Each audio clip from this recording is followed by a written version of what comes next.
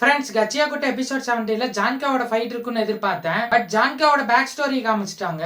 ஜான்கா வந்து அவங்க அப்பா ஒரு அகாடமில சேர்த்து விட்டுருப்பாரு. அவனோட ஓல்டர் பிரதர் சிஸ்டர்லாம் அங்கதான் படிச்சு பெரிய ஆளா இருக்காங்க.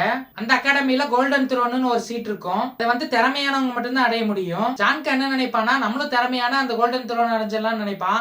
அங்கதான் ஒரு ட்விஸ்ட் நடக்கும்.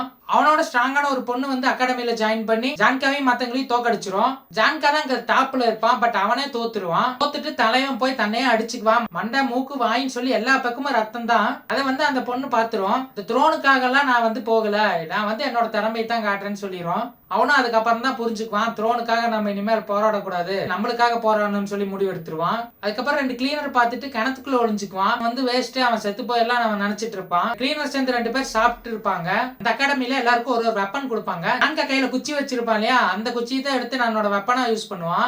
அதை வந்து அவன் வேஸ்ட் தான் நினைச்சிட்டு இருப்பான். ஆனா அவன் கைவிடல அதைய. சோ அந்த கிளீனர் என்ன சொல்லுவானா, உன்னோட குச்சியை நீ வந்து இன்னும் புடிச்சிட்டு இருக்க, நீ வந்து இன்னும் முயற்சி பண்ணணும்னு சொல்லிட்டு போயிடுவான். அதுக்கப்புறம் ஃபைட்டை மறுபடியும் காட்டுறாங்க. வில்லனமா இவனை தோக்கடிச்சுதான் டான்ஸ் ஆட ஆரம்பிச்சிருவான். ஜான்கா படுத்துட்டே சிரிப்பான். எனிமியை படுத்துட்டே சிரிக்க ஆரம்பிச்சிருவான். டிராஷ் பீஸ்ட் கிட்ட இழுத்துட்டு போயிடுவான். அதோட கதையை முடிச்சுட்டாங்க. இன்னும் எபிசோட் இன்னைக்கு ரிலீஸ் ஆக காணோம். ரிலீஸ் ஆனே கண்டிப்பா ஃபைட் வெறித்தனமா இருக்க போகுது.